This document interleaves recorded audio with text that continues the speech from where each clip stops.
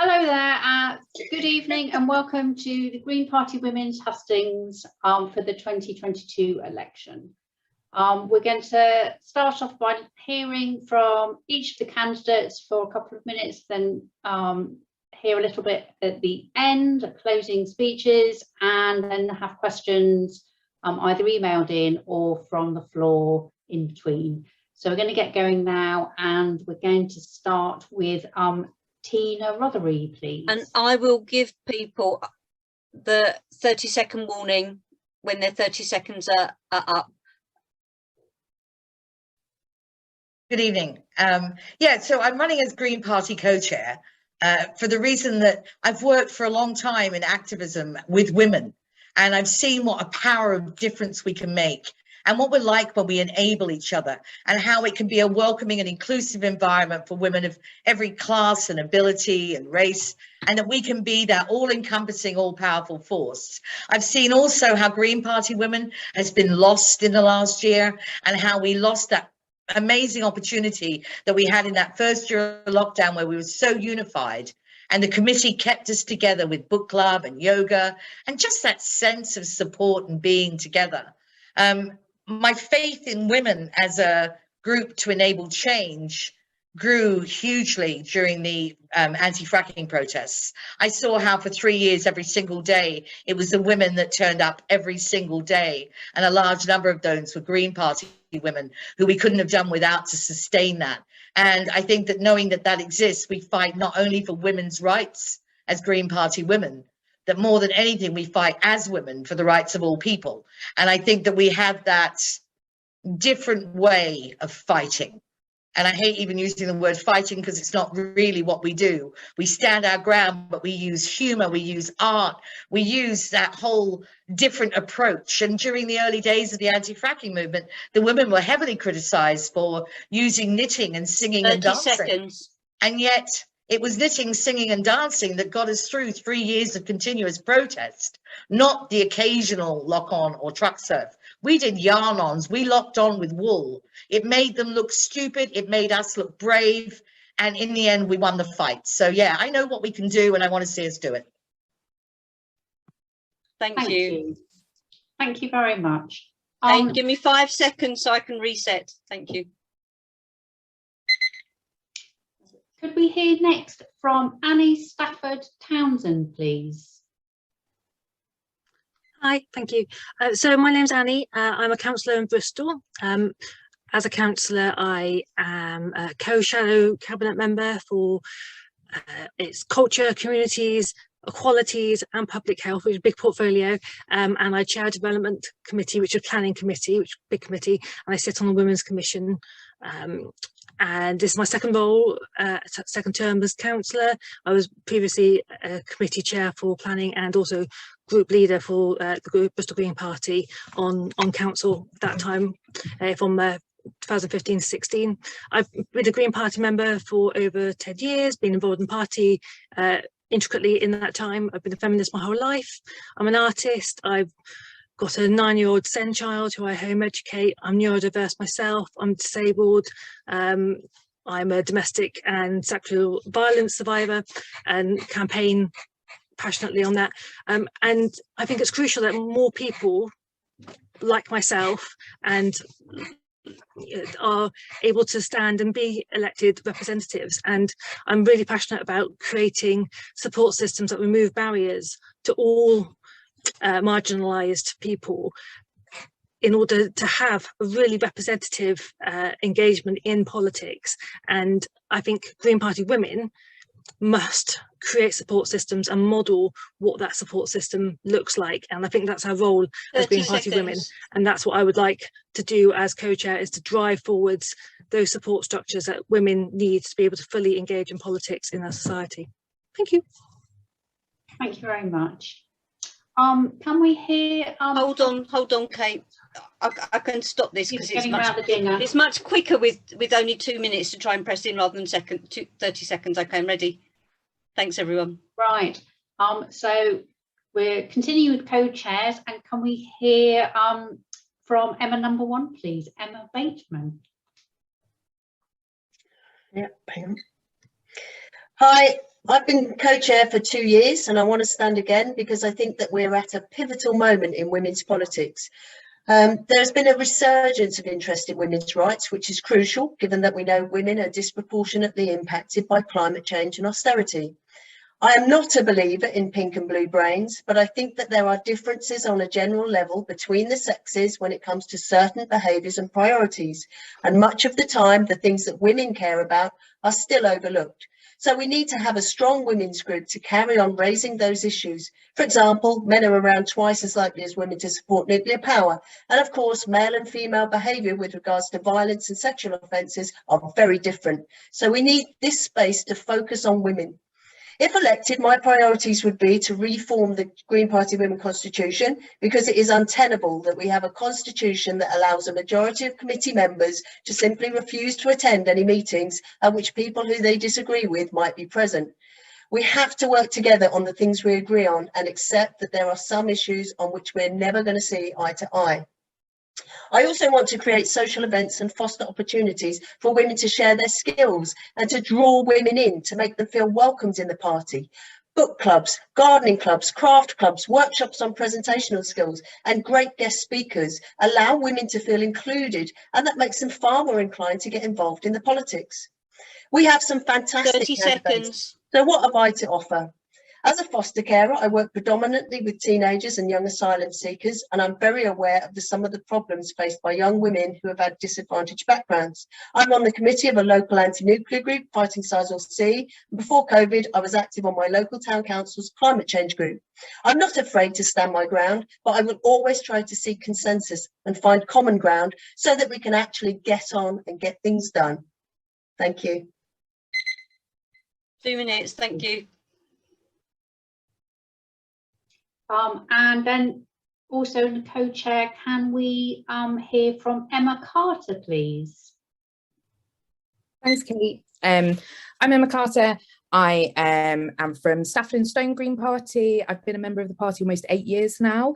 I'm a qualified teacher and I work in one of the most deprived areas in the country. I support girls who are abused, trafficked, looked after, who have experienced and witnessed domestic violence every single day. They're carers, and you see a massive difference. I think about the council chambers in our country, and I think about Parliament, and I think about when are these girls going to get the opportunity to represent us and share their views and their experiences and the world in which they have grown up. And I don't see those opportunities coming for them anytime soon. That's where Green Party Women come in. Not just internally to the Green Party, although that's where we operate.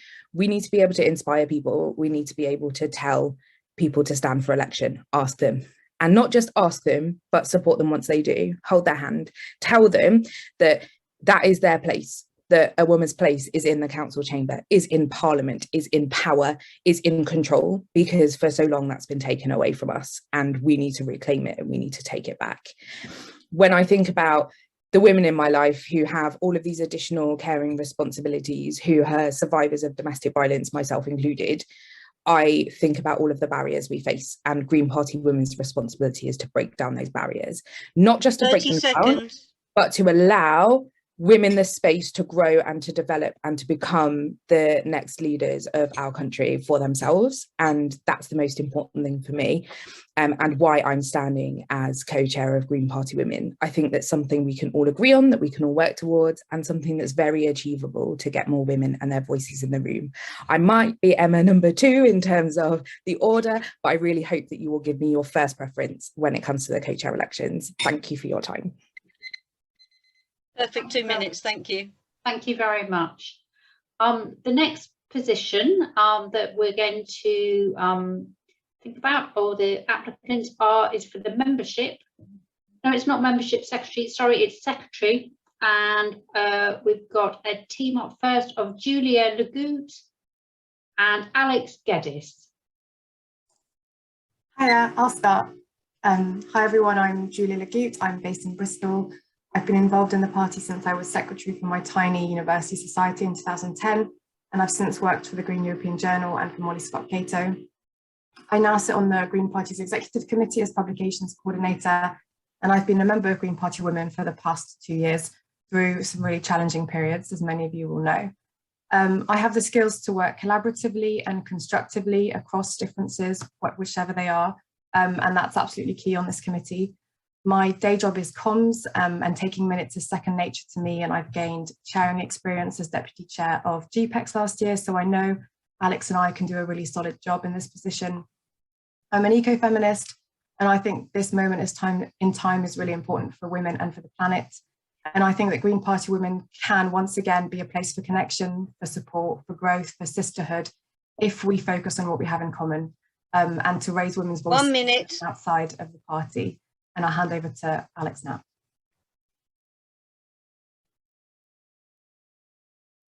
Hi, yes, I'm Alex. I live in Bristol, and I've been a Green Party member for many years and an active member of Bristol Green Party for 6 years as a local area coordinator, secretary for the management committee, and currently as a co-role equality and diversity officer.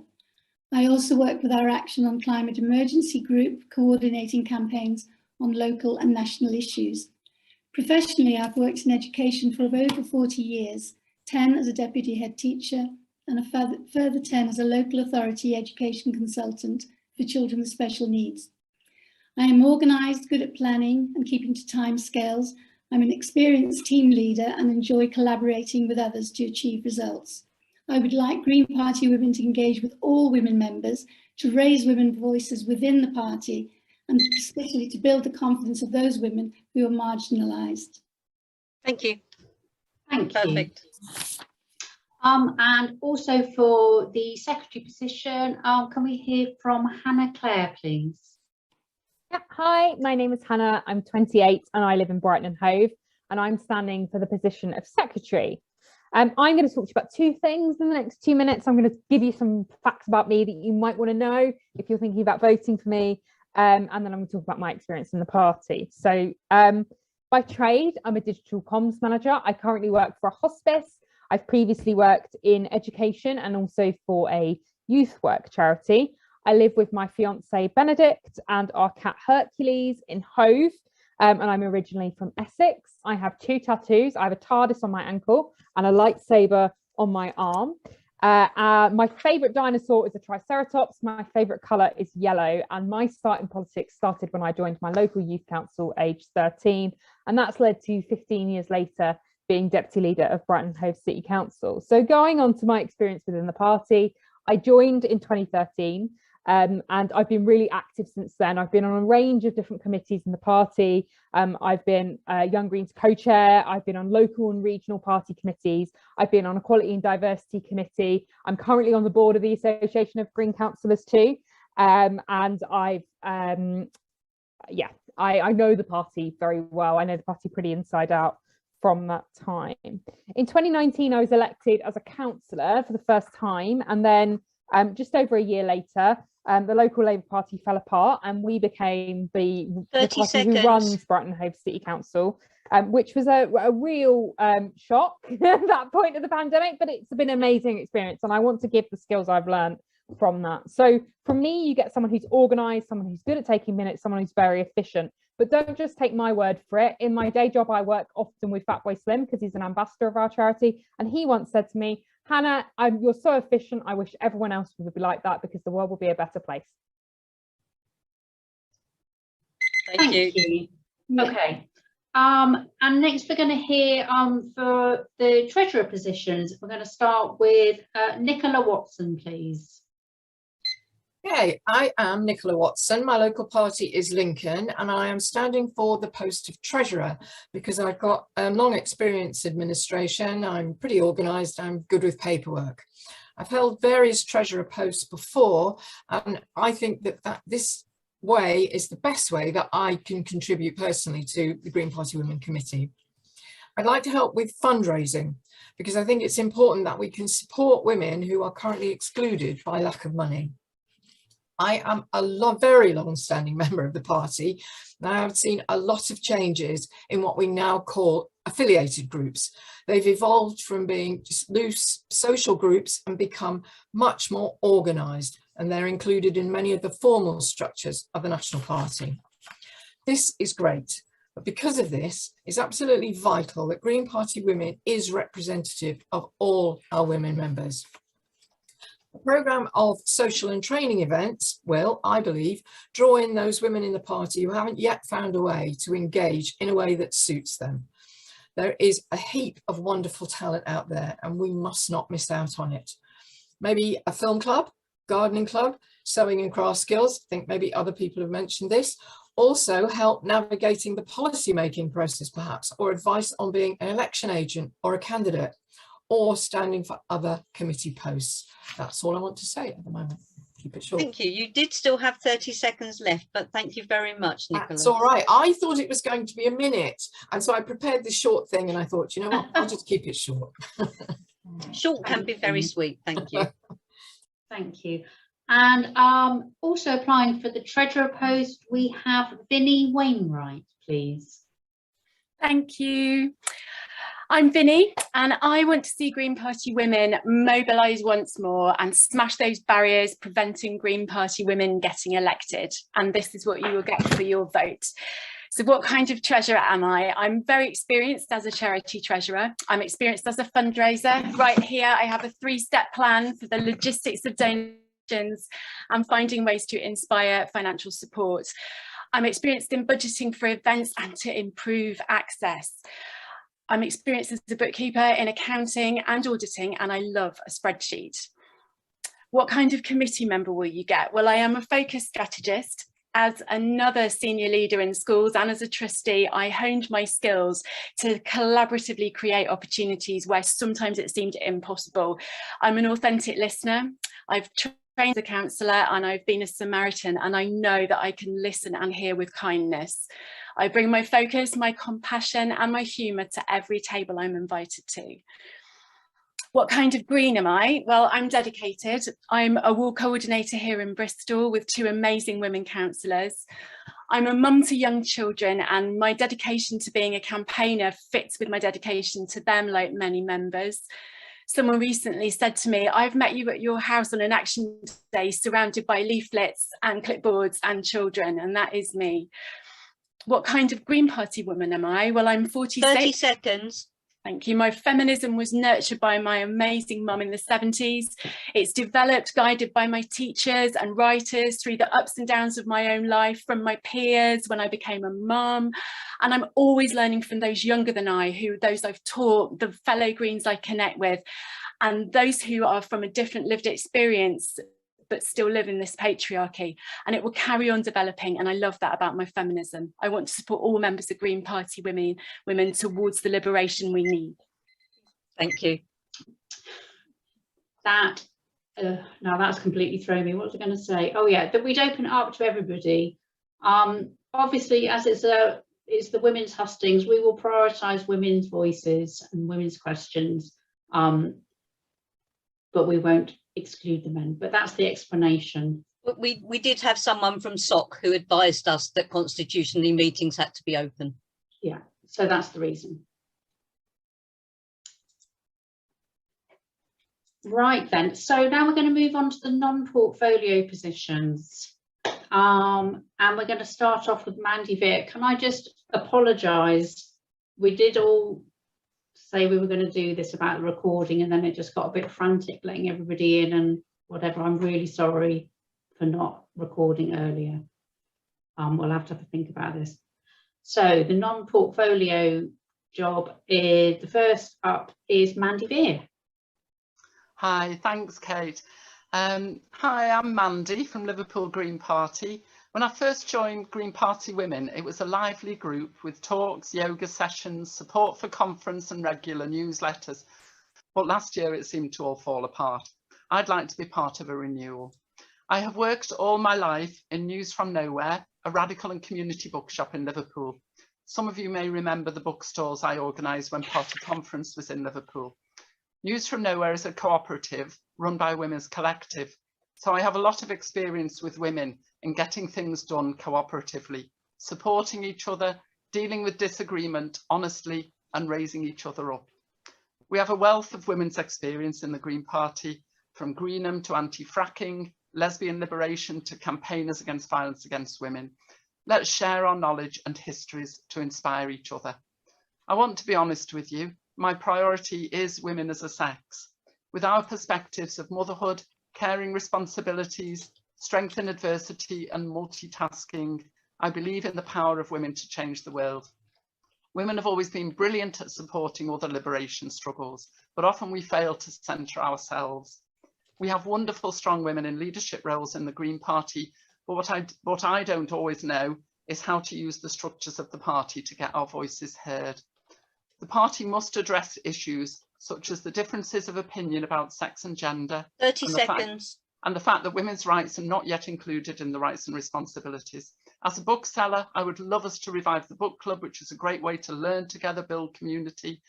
I'm also a keen birder. Maybe there's a way of having virtual birding walks. I'm efficient and reliable. I will attend meetings, listen to others, and mostly use my experience in working cooperatively. So let's raise up the women. Thanks. Thank you, that's just perfect. Right then, and again for a non-portfolio role, we have a joint application by Meg Shepherd-Foster and Natalia Kubica, please. Okay, shall I start? Good evening, everybody. As someone who's volunteered on committees for most of their life, can I start by thanking everyone behind the scenes and everyone who was on the outgoing committee for their hard work, the late nights, sacrifices you made that we didn't see. I've been on a committee for most of my life. I've served in almost every position apart from finance, and I do deal with invoices and accounts as part of my job as a company director, but it's not my strength. I was an English teacher and a fencing coach. I'm new to the party, but I'm not new to the work of the committee. My friends think that I am a good listener, I'm a good mediator. I have refereed internationally. I'm used to dealing with difficult situations and stressful situations. I'm hoping we won't find any of those here, of course. And I think that respect is really important. 1 minute. Thank you. I think that leaning on procedure and process can help us through difficult situations. I think more non-portfolio will suit me because I'm a bit of a jack of all trades. I have a photography diploma. I help to manage a book club, and I paint, I do yoga, I run, but I'm also a fan of science fiction. And I really feel it's a privilege to be here in this room. So thank you for listening. Hi, I'm Natalia. So I joined the party just after the 2019 general election. So far, I've mostly been involved in my local party, but I have I'm on the committee for Young Green Women as well. And I recently started university in October. So I study physics at Imperial College London, 10 seconds. Which is a very male-dominated university. I run an Imperial College Green Party that I started, and yeah, just really excited to be standing for this with Meg. Thank you. Thanks, Natalia. Thank you very much. Then we've got another team next. So we've got Lucy Watson and Nicole Haydock. Hello, I'm Lucy Watson. I come from Bristol. I'm now on the Sussex coast. This is my first time running for a position and speaking publicly in the party. My kids are 12 and 7, so I'm just getting a little bit freer with my time. I haven't had much time to prepare today with holidays in school, so I'm afraid I'm very unpracticed. I may well get distracted, so please bear with me. And it's intimidating speaking to you all. It feels like a hostile, intolerant climate for women like me to speak up in, because I'm not into identity politics or postmodern deconstruction, sexism and homophobia, or authoritarianism. And I was drawn to run for this committee because of the unique support and power that comes from groups of women supporting each other. It's the reason I've mustered confidence to run for this role and speak today.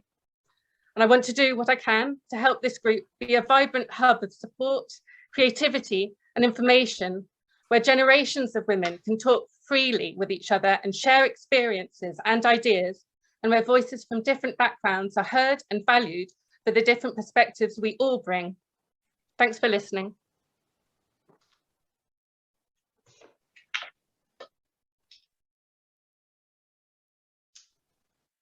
And then is Nicole there? Nicole? Yeah. Yes, I'm fine. I'm here. Okay, I'm Nicole from the Northeast Wales Green Party. I've already joined that recently. I will leave the biography to the election address, so I'll go straight into why I would like to be elected on this committee. There's no question that if we had a fair voting system, we would have about 12 MPs in Parliament at the moment and thousands more Green councillors. So if I was elected, I would wish to focus our attention on this campaign for PR. Please finish, Nicole. I'm afraid you've had your time. Well, I prepared it about 10 times. I'm still not managed it. Anyway, read my election address if you want to know anything about myself. Thank you, Nicole. Okay. Thank you. Next we have Adi Daly Gordialacing. I apologise. I really should have asked you beforehand how to pronounce your name. I really apologise. Look forward to hearing what you have to say. It's okay. No, my name's Adi Daly Gordialacing. I'm from the Bromley Green Party. I'm a working mum and a professional, and I'm also a social justice and green activist. I would like to sort of focus for this, more about me can be sort of found in on the Green Party candidates page. But for the purpose of this, I'd like to focus more on what motivates me and the experience and drive I can bring to the committee and Green Party women, and how I see that benefit the work that we do as a liberation group, and of course those we represent and hope to help. I have a particular interest in the improvement of healthcare for women, girls and non-binary people. Only yesterday it was reported that women are 32% more likely to die after an operation that's carried out by a male surgeon. Obviously incredibly shocking news. It's also well reported that non-binary people struggle to access adequate healthcare, more so than cisgender people do, and that their health and well-being outcomes and expectations can be severely affected by this. Menopause and post-reproductive healthcare both have a long way to go in terms of accessibility too. Too many people are entering into these stages of their life not being taken seriously or treated with respect, often dismissed or given short shrift by healthcare professionals. 30 seconds. Especially if they're from marginalised groups or at the intersection of protected characteristics. When I think of those issues, I think of how do we affect positive change, and that for me is through representation. So I'd like to sort of concentrate in the role, if elected, on working on how we work together and promote more women to be elected internally and externally. Perfect, thanks, Adi. And I'm sorry, you shouldn't have had a 1 minute warning because you're not in a job share. I apologise. Okay, it was good. It was useful. Thank you. Good. It saves me typing the rest of that message. Right then. So we've got a combined application again next, and we have Zoe Hatch and Moira Dunworth, please. Thank you very much. I'm going to start. My name is Moira Dunworth. I don't have a local party. I live in Edinburgh, so I'm unbranched. Hello to everybody and happy Women's Christmas. Today in Ireland, it's Women's Christmas, the 6th of January. I also wish Feliz Reyes to the Spaniards, Hispanic and Latinos among you. Together with Zoe, I'm offering to join the Green Party Women Committee as a non-portfolio member. Zoe will speak for herself about her passion for inclusion, what she'd bring to the role, and very valuably her experience of internal party systems. I've been involved with Green Women for nearly 20 years, and I'm offering to join the committee to help to mend and improve our systems and processes. To this role, I can bring expertise and experience in internal systems, into constitutions and standing orders. I passionately believe that we can only work towards a fairer world if we have democratic, transparent and accountable internal systems. I know about constitutions, standing orders and processes, and we must get these right if we are to make a difference. Over to Zoe. Thanks, Maura. Look, I'm delighted to be standing on a platform with you, and I really respect your detailed knowledge, and I also know it's going to be great fun to work with you. I believe that Maura and I have got a unique offering. We come as a team. I'm a student of law, so I've got that eye for detail, and I also support the development of our constitution, as Maura's already referenced. I also come alongside with experience of internal communications. I'm on GPEX. That's my role on GPEX as internal communications coordinator, and my connection with other liberation groups and elected bodies and members across the party means I can amplify the work of Green Party Women, reach out to new members or more dominant members in local parties, help take our offering to them and make Green Party Women the diverse and inclusive space that it needs to be to serve all of us. We know that the effects of climate chaos will impact women and children most strongly. Now is the time for us to come together, together with women and children, to build in the UK and internationally, to build our feminist roots, our traditions of solidarity and sisterhood. This time of crisis urges us to find ways to strengthen our connections for support. Please finish, Zoe. Oh, I didn't hear my 30 seconds. I just wanted to say we want to raise each other up, and that's something that Maura and I offer and want to help with wherever we can. Thank you. Thank you, Moira. And Zoe. So I'm just saying thank you to the last person that talked, rather than not putting people together. So we've got two more solo applicants, and so we're going to have Valerie Remy next, please.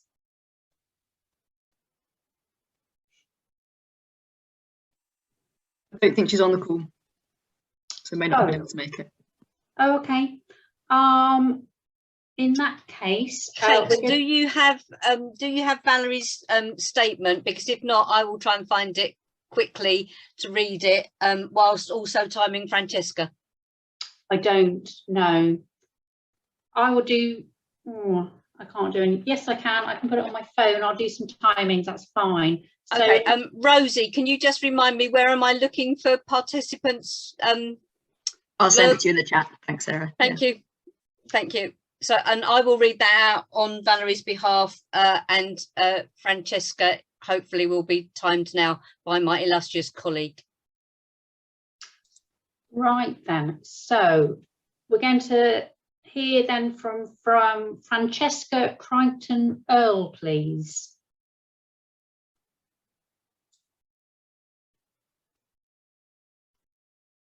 Is Francesca here? I don't think there's anyone with that name on the chat in the room either. Right. That may mean then that we have to read them both. I now have them in front of me. Obviously, neither of them. Oh, iPad has just entered the waiting room. I don't know who that is. If you can see if it's Valerie or Francesca, that would be really helpful. Otherwise, they're not going to take 2 minutes. So I will read Valerie's statement now. My name is Valerie, and I'm standing for the role of non-portfolio officer. I see my role as being in a supporting capacity. I have, to be sure, been a feminist and a Green for many years, and have been part of more radical movements and campaigns, including those with Sisters Uncut, campaigns around abortion rights, supporting strike action by mainly Asian women for union recognition, and helping run events organised by a trans and non-binary inclusive women's social and cultural cafe. It is this accumulation of experience that I would hope, in all modesty, to be able to contribute to Green Party Women as an officer without portfolio, with a focus on campaigns. I've been impressed by many and feel privileged to be acquainted with so many fellow Green members who are working to see Green Party Women become a powerful engine behind social justice campaigns and getting more women and non-binary members elected. I feel particularly passionately about the party being instrumental in campaigning for a law against misogyny and for an annual Women's Day of Remembrance to commemorate the lives of women and girls who have been murdered. So that is Valerie Remy's statements. Shall I read Francesca's as well? Yes, please. Okay, here is the statement from Francesca Crichton Earl. She says, I am a new party member and would love to be active in the party. I'm a non-driver, so reliant on public transport for journeys. I'm 78 years old and have time to devote to whatever is needed and would love to participate. And that's the whole of her statement. Thank you very much, Sarah. Right, before we carry on, just to let you know, all of the candidates prior to the non-portfolio positions when we started recording, I'd like to offer you the opportunity to give your speeches again, that we'll record separately. Obviously, people don't need to stay for those, but for you to have the opportunity to be recorded as well if you'd like to do that. And again, our apologies. So have a think. Right then, so what we were going to do was look at specific questions for very particular roles, not necessarily the co-chairs, wondering if there are anything for the for say the treasurers or whatever, but we haven't had any. So we're going to look now. Well, I haven't actually, I tell a lie, I must refresh this.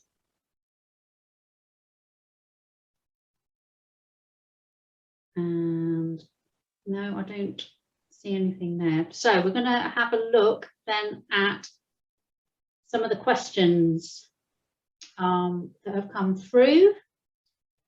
Sorry, I've just got if we could invite you now, if you have got questions, can you put them in? But if they are for specific roles, can you flag that up at the top so that we can see that easily, please? If they're for all candidates, if you can just write all candidates or just put all at the beginning, that would be really helpful. Thank you. Okay. Can you, rather than just direct messaging your question to me, because Kate will also be trying to pick them up, can you, I know it seems rude, but can you just make them visible to everyone? Because otherwise, if only one of us is trying to pick up questions, it may be missed if there's a big volume of questions. So just to clarify that, and there is a question that's come in which is for all candidates, but since we do have a specific question for co-chairs in the ones that have already been submitted, Kate, are you going to do that? And I'll monitor, because I've got questions coming in. I wonder whether or not this one that's literally just landed just a few seconds ago, saying that some people have actually talked about this in the bit they've talked about, whether or not we should just go straight into this. So it's a question from, let's see the name, Jay Nolan. For everybody, since we don't seem to have any specifics, sorry, I've said how we're going to do it and then I've instantly said we're going to do it differently. But we didn't have any very specific outside of the co-chairs, because I think anyway, so which, for all the candidates that haven't said one way or the other either way, which of them pledged to fight for women's sex-based rights as per the Equality Act, e.g. single-sex spaces? So Emma B, Lucy and Mandy Veer made it clear, and I'd like to hear similar from the others, please. Just before we get going, obviously this is a question that's come, there's been a lot of questions along similar vein, so we feel it's important that it is talked about, but we do want to talk about other issues as well, so I'm just putting that there. So don't, yeah, so I'm just putting it there. So, shall we go to Annie then, please? And we're just going to go with the co-chairs first, because we've kind of gone in that order and go back up to the top. So the question is, which of you will pledge to fight for women's sex-based rights as per the Equality Act? I mean, I will fight for women and women for their safety, as I have done and continue to do for all of my life, and also for those that are perceived as female as well. Thank you.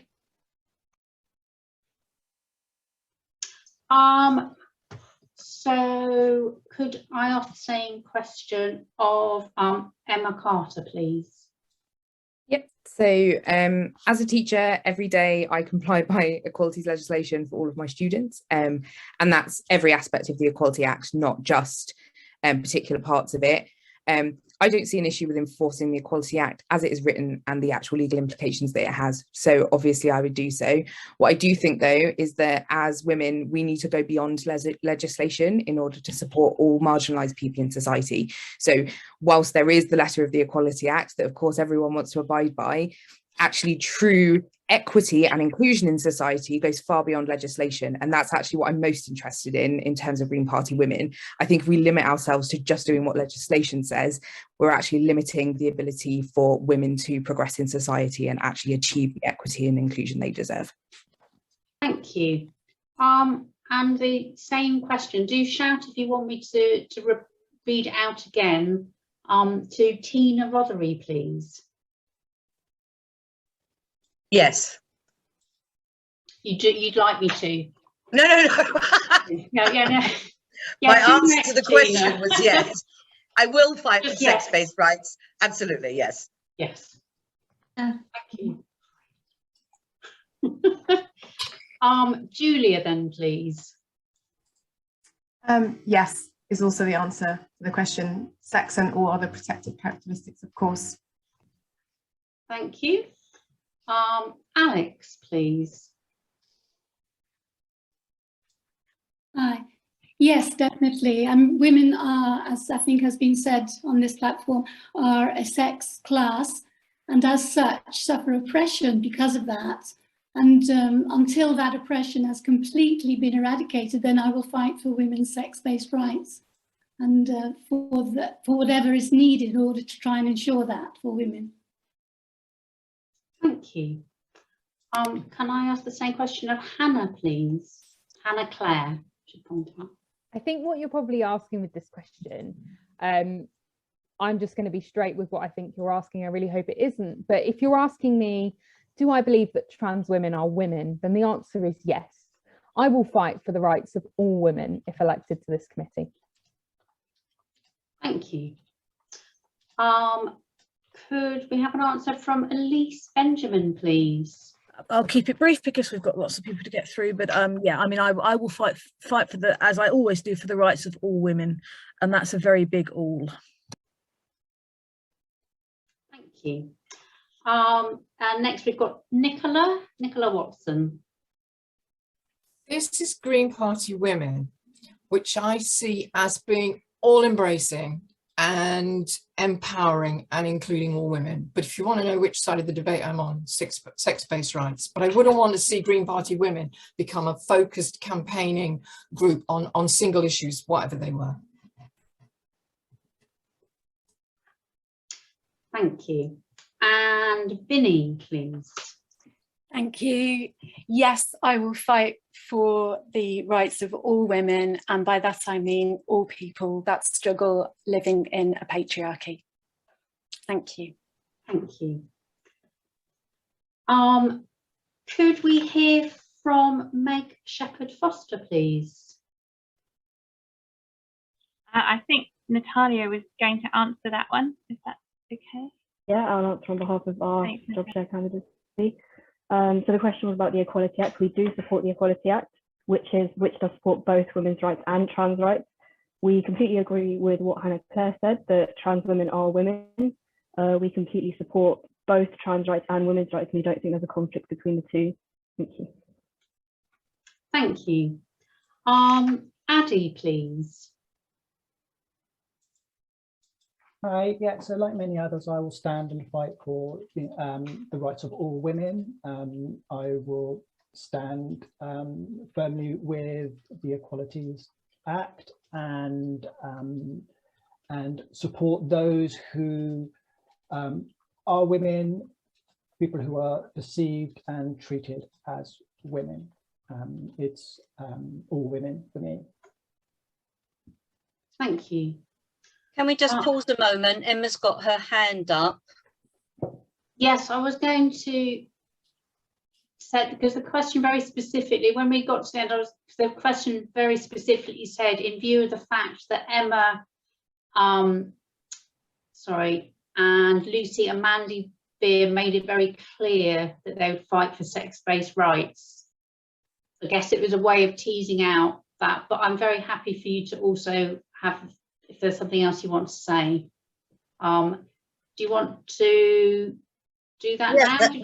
can I do that? I don't want to jump in You on. can do that. No, it's fine. No, it's fine. Okay. Yeah, I just want to say absolutely, I will fight for women's sex-based rights, but I don't think that should be the focus of Green Party Women. It would be too divisive. Okay, I'm interested in building kind of links. I don't want to. So yes, I fight for women's sex-based rights, but that would not be my focus of Green Party Women. I can do that outside of Green Party Women. You know, I don't want this kind of fight to be there in Green Party Women. We need to connect, but I will fight for women's sex-based rights, partly because I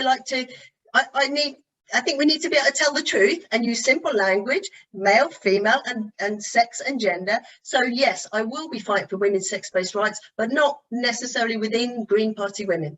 Okay, I accept Green Party policy, trans women are women. So trans women are welcome in Green Party Women. That's our policy. That's what I would follow. Okay, thanks. Thank you. Can you take your hand down, please, Emma, so that I don't see it again later? Thanks. Thank you. Mandy, would you like to add anything? Hi, thanks. Yes, you know, when I say my priority is women as a sex, that is because that's my definition of women. But I totally have always been against abuse and discrimination of everybody, regardless of the Equality Act, which is a clearly legal thing. I've been involved through my work in News from Nowhere and through all the campaigns I've been involved in holding up the rights of every group of people. But in terms of being on a women's committee, my priority is women as a sex. Thank you. Thank you. So I'm going to go back into the list and ask Zoe, please. And I'm going to take this one, if that's okay, Kate. Oh yeah, of course. Big alternate questions. Yeah. Zoe and I, of course, support all sex-based rights and the rights of all other protected characteristics, as any green person should do. Having said that, we firmly believe that any policy that's made, because this is what we're talking about, I'm thinking that any policy that's made within Green Party Women needs to be robust. And in order for it to be robust, it needs to be made in a robust, democratic, open, transparent and accountable way. And that's one of the main things that we're offering, is to put those systems in place so that we can work to the kind of principles that Caroline Lucas was talking about recently when she was talking about single-sex spaces. And I think this applies across this whole hot topic.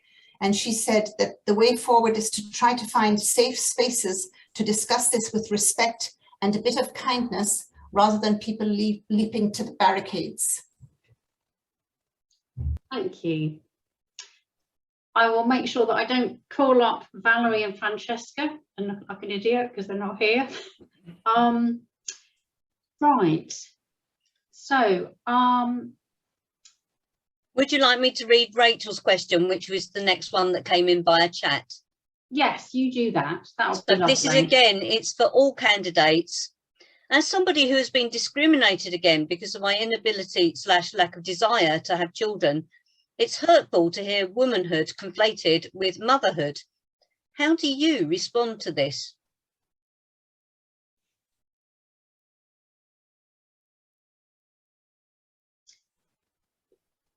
I'm not, how do people want to dib in, or? I think it's probably better for us to go systematically. We'll go systematic again. I'm going to start in the middle. I'm going to ask one of Julia and Alex. Could you possibly repeat the question? Indeed, let me just scroll back up to it.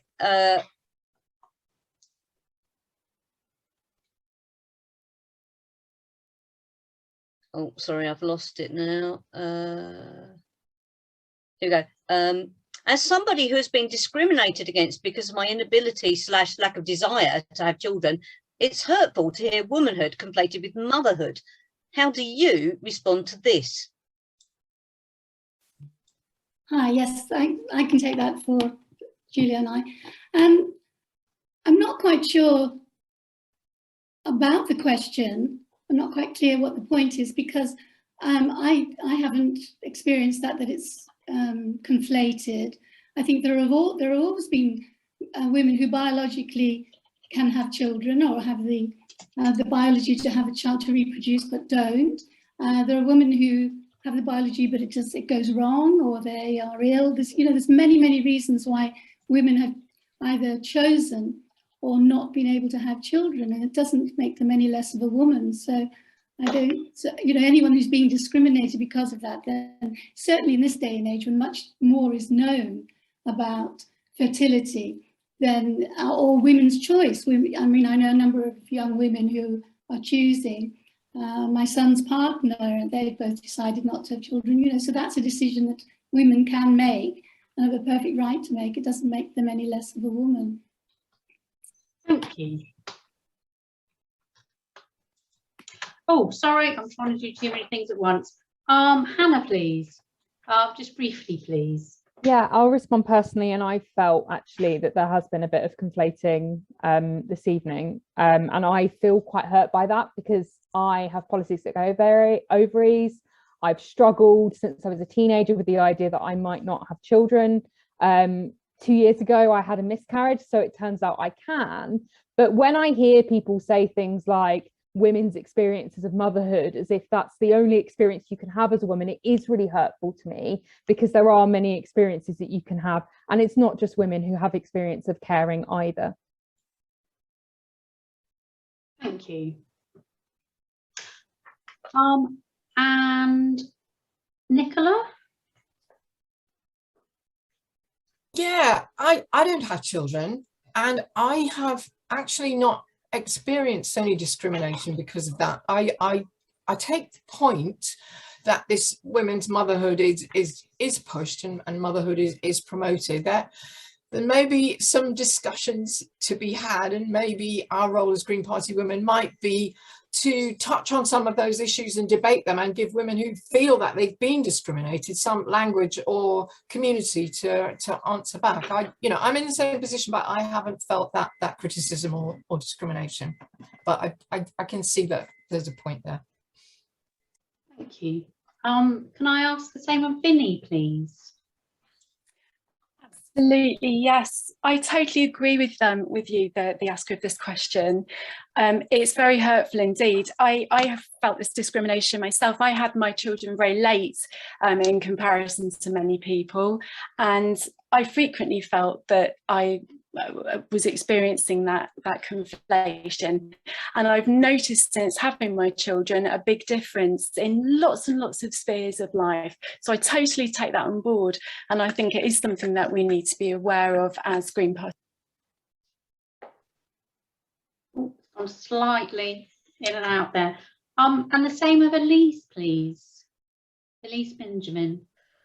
Yeah, I mean, it took me over a year to get pregnant. Time clock was ticking. I had friends who had already had children. I just managed to log into a hustings. So it was extremely hurtful to me to think that I might not be able to conceive. I've also had friends who've lost children. And this is the other side of the hurtful, is when you conflate womanhood with motherhood, with being a parent, with womanhood with motherhood. What you're also doing is hurting the women who have lost their only child.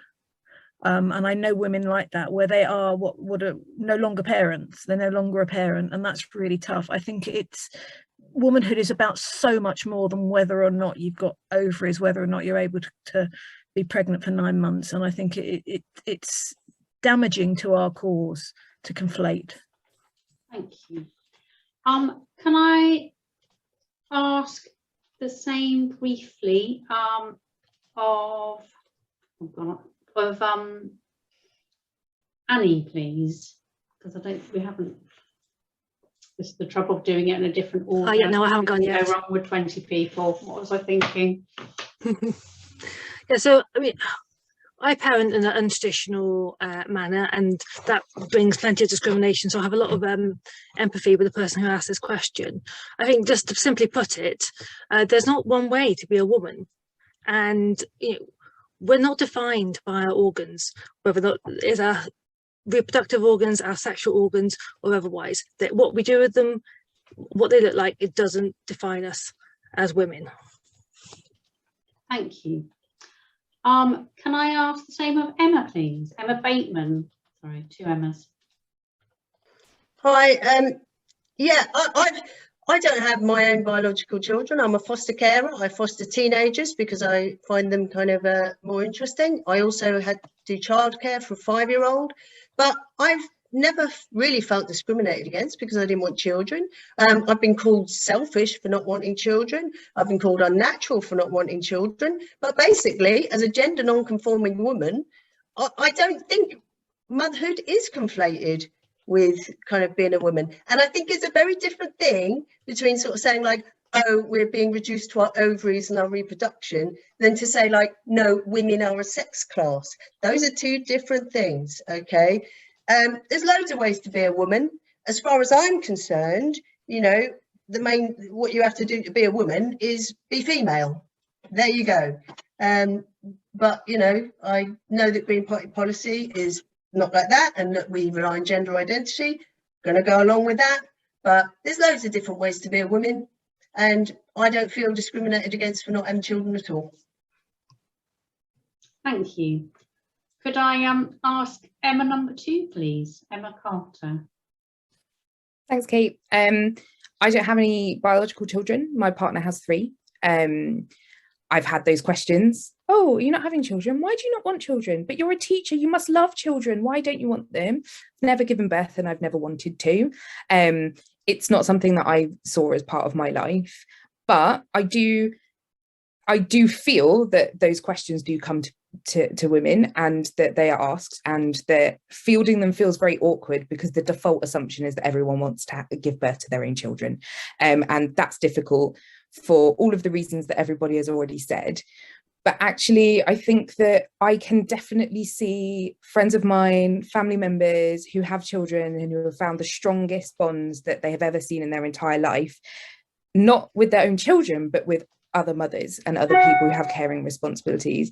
Because when I said in my opening statement that having those caring responsibilities, whether those children are your biological children or not, whether you're caring for family members, is something that actually holds you back so much in life, that finding other people who understand that perspective and who feel that too and who've experienced that is such a strong bond to have with other people. And I do see why it does dominate the conversation sometimes. And when something dominates a conversation so much, there's people who feel left out, left behind, hurt and upset. And actually, I think what we can do is really do something to, yes, support people who have caring responsibilities. That's absolutely all I want to do, particularly, and actually the majority of people probably on this call are mothers or carers in some way. Support those people and know that actually having a caring responsibility for a child does have a really specific way of sometimes excluding you from public life. And I think what's great to see on the frame of candidates that we've got today is so many people are parents and are parenting in really different ways, and that these people feel comfortable to come forward and get involved. And we should be encouraging that and making sure that we're including people who are parents in what we do. Right. Lovely, thank you. And lastly, can I just, Tina? Or have I asked you this before? Thank you. No, you haven't asked me yet. It's nice to see a question that unifies us all, and that we agree, surely, as a mass of women, that being a mother is not the be-all and end-all of being a woman. I think being a woman for me has been finding my self-empowerment and being with other women who found that too. And there's a million aspects to being a woman that I absolutely glorify, potentially more than the 36 hours of labor I went through and all of that stuff. That isn't what I equate womanhood with, and total respect for anybody who opts out, and total respect and empathy for those who can't. But it is what it is. And women, I don't think I know any woman personally and in my life who rates motherhood as the epitome of her as a woman. There are so many other aspects to us. That's the end. Okay, and Zoe, please. So, yeah, first of all, a sympathy for the questioner who has obviously been experiencing discrimination, and that sounds like a really horrible experience for them. So I can hear the implied point in the question, and I do recognise that it happens sometimes, although not necessarily across the board, and it's not necessarily when motherhood is spoken about that it does mean conflation. So yeah, of course, it's not the same thing. At the same time, I think Maura and I both agree that some women that do become mothers do definitely experience that imbalance around the issues of motherhood and the way that the patriarchy it oppresses us all, and that's all parents, all carers, and that's something that I would recognise Green Party women wanting to be part of fighting against. And of course, one of the things that Tina's already spoken about really with regards to involvement of parents is it just feels to me, particularly when we're thinking about the climate crisis, there are key relationships between people who are caring for young people or people who are parents who might have that connection, that we want to reach them and really find ways to engage them, and when it's appropriate to do so, to engage them with Green Party women. Thanks. Thank you. We've got 12 questions currently that have either been sent in by email or have been sent to us through the feature down the side. I do have one that I'd quite like to do. Is there? All I was going to say was, if everyone can keep your answers really succinct, that would be really helpful, so we can try and get as many of the questions covered as possible. Thanks. Okay. I'm just trying to, sorry, that's completely thrown me. Who I haven't, yes, Meg, thank you. And Mandy. Meg and Mandy, fantastic. Thank you, sorry. Firstly, was it Rachel that asked the question? I hope I got the name right, and I'm really sorry that happened to you. It shouldn't happen. We need to create a safe, welcoming and inclusive space if we're going to encourage people to be part of Green Party Women, and it needs to also encourage diversity. I think that we all experience being a woman differently. I don't think there's any one right way to be a woman, and I think that when we narrow it down to just thinking about that kind of double X chromosome and those things that we do experience if we reproduce that are hurdles, and it's quite right to think about that and to think about how we can break down those barriers and help people, particularly with things like childcare. It's not the be all and end all, and it doesn't exist in isolation to other factors in our lives, and it isn't all who that we are either. I think that the differences that are between us actually enrich us, and that there's a conversation that we can have as women, all types of women experiencing it in all different glorious ways, that we can share, and that will bring understanding and knowledge that will help us build solutions in the future. I don't know if Natalia, you have anything to add there? No, just completely agree with everything you said. Thank you. I've realised I've missed Addie out as well. Yeah, no problem. I know there's quite a few people to go through, so I echo what some other people have said.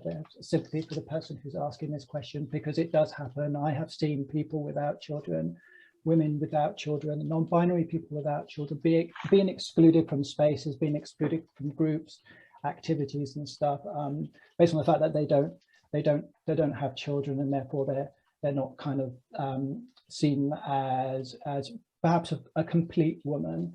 And it is absolutely the case that as part of this gotcha question of what is a woman, being able to have a child, being a mother has been conflated with what a woman absolutely is. And as other people have said, there are lots of different ways to be a woman. There are lots of different experiences, as people have testified to here, and I think that it's incredibly divisive, it's hurtful, and it's dangerous to start going down this avenue of defining a woman in such a narrow way, when instead what we can be doing is bringing together our experiences and just being glorious with it. Thank you. So we've got Mandy. I haven't forgotten you, Mandy. I just wanted to show that I hadn't forgotten Addie, having said that for you two. So Mandy, please. Hi, yes, thank you. I think the issues here are about the way women in a patriarchal society are blamed. We're damned if we do and we're damned if we don't. And whatever we talk about, when we talk about our own experiences, a lot is put on us as to what assumptions we're making. I personally had infertility issues before I was able to have my 2 children. My daughter had infertility issues.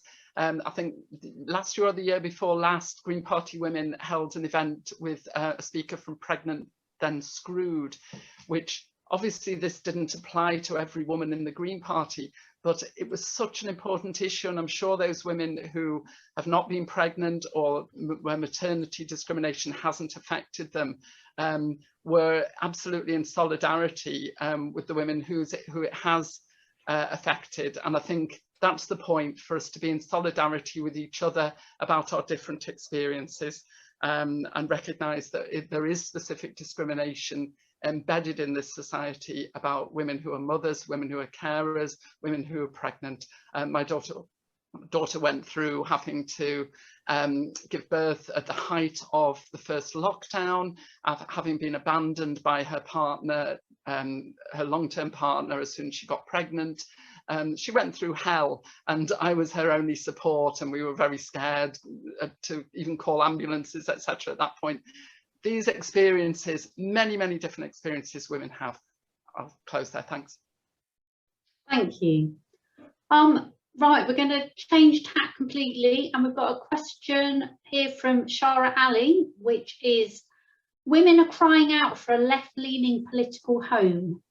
Why is the Green Party failing to provide this leadership, and how could you help to reverse this lack?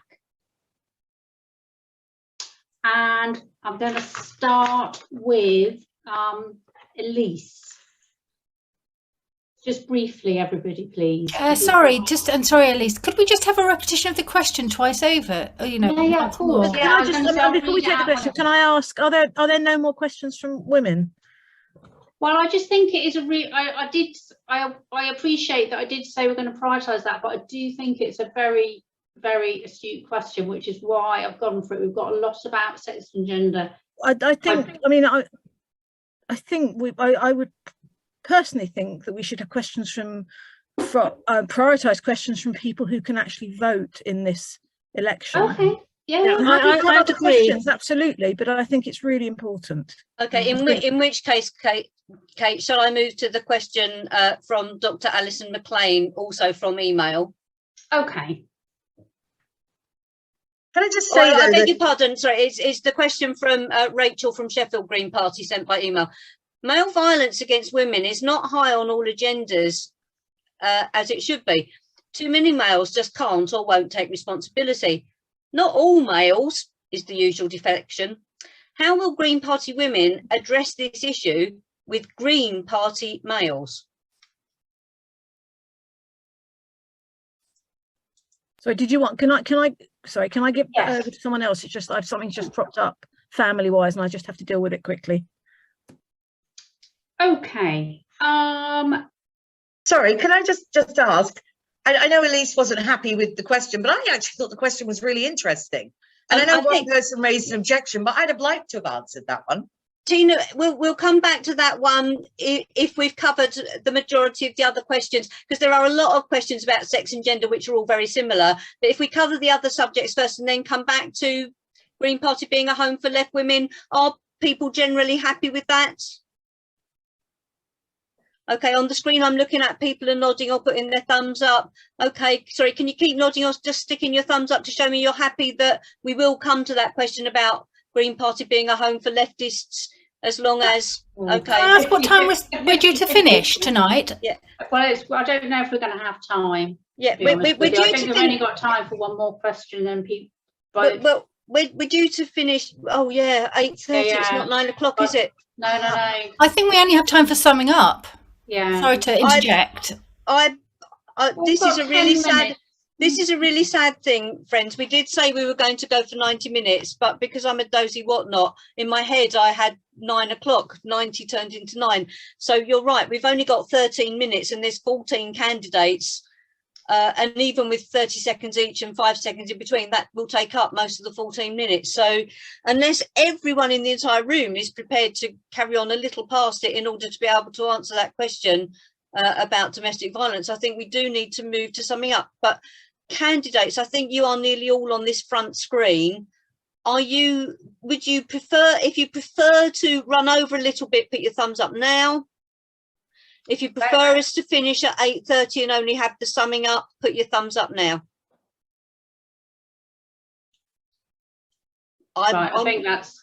I think the majority say we do need to stick to the time limit we said. So we apologise to the vast majority of people who never got their question asked. It's because we have provoked very good debate with the questions that have been asked. And I do think we need to move to the 30 seconds summing up. So I just need to change my kitchen timer. So I'm going to hand over to Kate and ask her to organise that. Right, so we're going to start with Zoe and Moira, please. Hold on, because I'm not at 30 yet, because you have to press individual. Okay, I'm at 30 now. You have to press individually every second. Okay. Sorry, friends. Okay, so thanks everybody, and sorry for interjecting there. So, and thank you all for taking time to listen this evening. Please don't hesitate to contact me or Maura if you want to hear more about anything that we have or haven't spoken about tonight. Maura and I believe passionately that when we have strong internal and democratic processes, this gives us a sure footing to campaign for change and liberation. We all know that the worst effects of climate change lie ahead of us, and we believe that by bringing women together in solidarity and sisterhood, we have the best chance of creating strong green women's voices, and that speaks for the need for change. So for the protection of the most vulnerable women and children in our community and the continued liberation of all of us, we just want to serve a green women's movement that amplifies all our voices together. Thank you. Thank you. Sorry, I did say I'd give people a 10-second warning, but I was busy trying to type something. I'll give everyone else their 10 seconds. Thank you. Addy, please. Oh, sorry, I just Addy Daly G. Addy Daly G. Daily got dancing, but it doesn't matter too much. Sorry. I won't do 30 seconds anywhere. I would just want to say I would be absolutely honoured to put my energy and effort into the Green Party Women Committee, and I really do hope that listening to the things that I've said this evening gives people the opportunity to vote for me. Thank you very much. Thank you. Hold on, because I need to get to know. Sorry. Yeah, sorry. It's just otherwise I've got to press the 30 seconds back in manually again rather than just resetting. I'll stick it in on mine as well. Okay, here we go. I'm ready. So we've got Lucy and Nicole. I think it's one of the two. Right, Lucy is letting me have her 30 seconds because of what's happened before. So I'll try and finish off where I left off. I was talking about PR, but I also think that we really need to reform the governance of our party if we are going to be a fit for purpose party. So if I was elected on the committee, I would do all I can to connect with the grassroots women in local parties. Thank you. Thank you. Right, we've got Meg Shepherd-Foster and Natalia Kubika, please. I'm going to speak on behalf of us. Thank you. Let me know when to start. Okay. So yeah, there are so many issues that women face, from misogyny in politics to inadequate healthcare to a lack of rape prosecutions, and all of that, it stems from a society that was built for men and that functions for men. And the Green Party needs and deserves a progressive and a successful women's section. And myself and Meg, we believe that we have the skills to deliver that. So if you want to see the progressive, the radical women's section that the Green Party deserves, vote Meg Shepherd-Foster and Natalia Kubika for portfolio officer. That's your end. And I missed the. I'm sorry. There's a lot of stuff coming into me through chat. What I'm trying to deal with, as well as the timing. So I apologise for not giving you 10 seconds. Mandy Veer. Hi, thank you. Yes, I've been heartened this evening to hear that despite our differences, everybody seems to agree that we shouldn't be silencing each other. And what happened last year was a real shame, and that anybody who gets elected is going to work with people despite our differences, particularly on sex and gender, but on any other issues. I had some other ideas I wanted to bring up about teachings on international issues like about Vandana Shiva and Wangara Maathai, brilliant ecological women. I want to raise up women. I want you to vote for people who will empower your voices. Thank you. Thank you. Can we hear next from Vinny, please? Vinny Wainwright. You can indeed. So I would be so honoured for your first preference vote for Treasurer.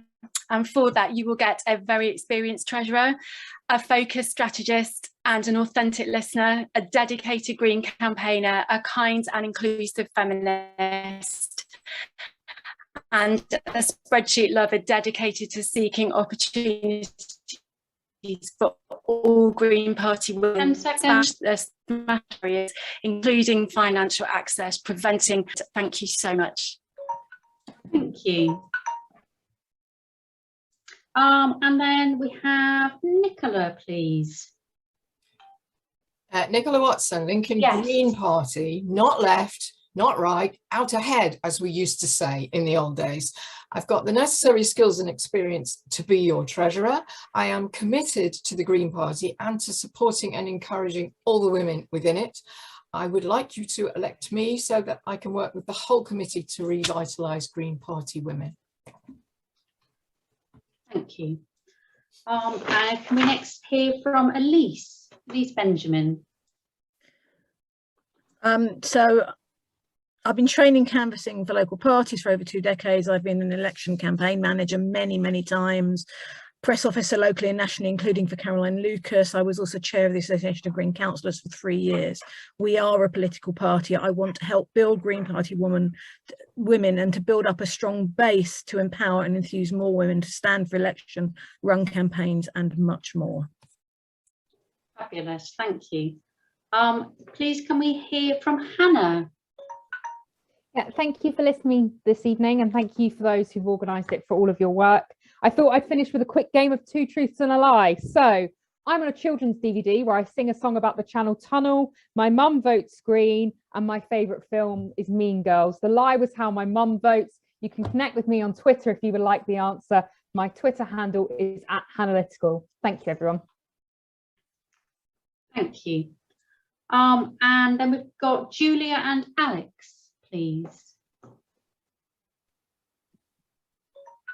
Hi, yes, thanks for all the questions. Some great questions this evening that I think have already identified some of the topics that Green Party women could be addressing. I'd like Green Party women to engage with all the women members, to raise voices, raise voices within the party, build the confidence of particularly women who are marginalised because of various life opportunities, limited life opportunities. And 2 of the topics I think particularly, the children, not children, the way that women are oppressed, whatever they do and however they do it, there is some way that they will be got at, and also male violence and how we address that and publicise it within the Green Party. Thank you. Thank you. And Tina, please. Thank you.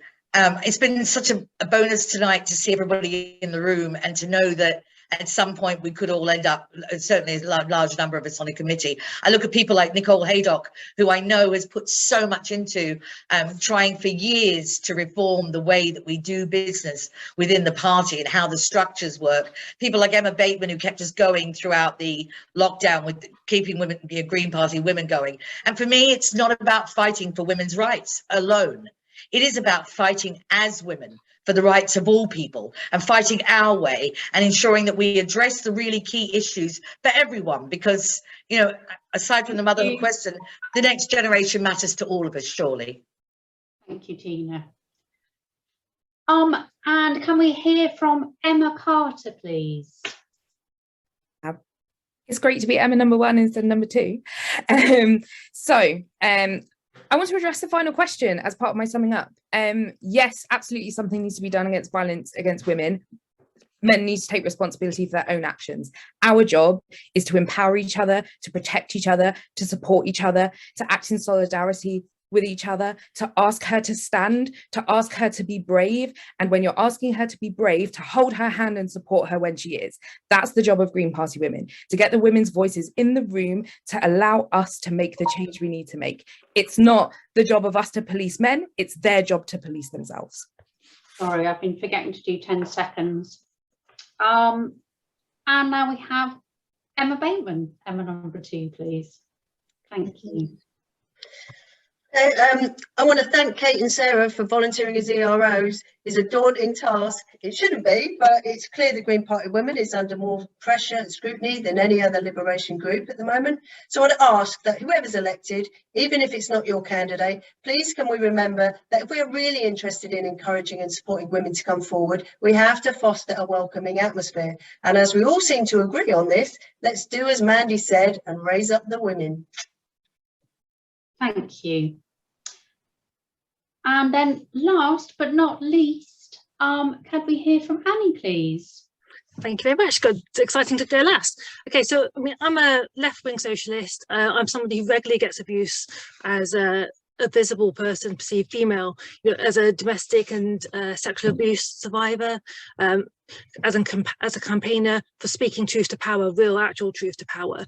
And I'm passionate about supporting and creating support systems that remove barriers and that support women and enables a wide, diverse range of women and those perceived female to take part in politics. And that's what I pledge that I will do if elected co-chair. Thank you, and thanks for coming. Can I just say there has been a request in the chat to me as ERO, and it would need to be agreed basically by all the candidates and my co-ERO and probably Rosie for technical support as well. There was a question asking whether we could possibly have another hustings to deal with some of the questions that have already been asked but haven't been put to candidates. So candidates, if you are happy that perhaps you might have another hustings if Kate and I, bearing in mind voting opens tomorrow, so it will be a hustings after voting has started, but if you would like to have another one and Kate and I can organise that with Rosie, can you put your hand up now if you'd be happy to come and take part in another hustings to address some of the unasked questions? Can I just clarify, please? There's a number of different questions going on there. One of them was, would we like to have another hustings? The other was, would we be happy to have another hustings? And the third was, would we agree to another hustings? I'm sorry, but there are 3 completely different questions. Perhaps we can take this to email and we can email all the candidates. Yeah. Okay, Sarah? And Yeah. Kate. Yeah, thanks. I was hoping we might get a massive show of hands of people saying, yes, we'll take part in one, so I could answer the question now. But if that's too difficult, then no. Can I just say, I mean, if we can't have another hustings, I'm quite happy to answer questions on paper. If you have the questions put to us, I'm quite happy to have a word limit and answer questions that way. That's a good idea. I think then perhaps what we will do, and so I'm saying this to all the people and particularly to the person who asked about hustings, the questions we were asked, we will put them into Green Party Women, and candidates, you can answer those questions on Green Party Women. Probably making loads more work now for Rosie and Emma and Kate and me, because we are the people who are sticking stuff up online, and it's mainly not me because I'm not very technical. So we will put the questions that have already been submitted to you candidates in the Green Party Women, so look out for them there, and if you wish to answer them, please do. Nicole, we've taken your hand down again. Okay. Candidates, did any of you have anything else to do with hustings you wanted to say? Just thank you. Thank Oh, you. well, You can tell Kate and I aren't used to doing this, can't you? You've done admirably. Thank you. And I just say it's been well, Emma wants to say something before. Yeah, I just wanted to ask, are we going to? Did you say earlier about re-recording? Doing the recording, yeah. I think if people want to do that, which I can appreciate, they might want to disappear, but obviously it's the recording opportunity. And again, we're all really sorry. It got a bit chaotic trying to take over control, and so we were running behind. And it was when we came on to Elise, I think, that we started recording, wasn't it? I thought it was Mandy. I thought it was when we started it with Mandy. Oh, was it? And let's okay, well, let's just finish now. I'd like to thank everybody for coming, tolerating little bits of utter shambolicness in the middle of it. I have to say, we thought we'd have a question and answer function and didn't realise that's quite expensive.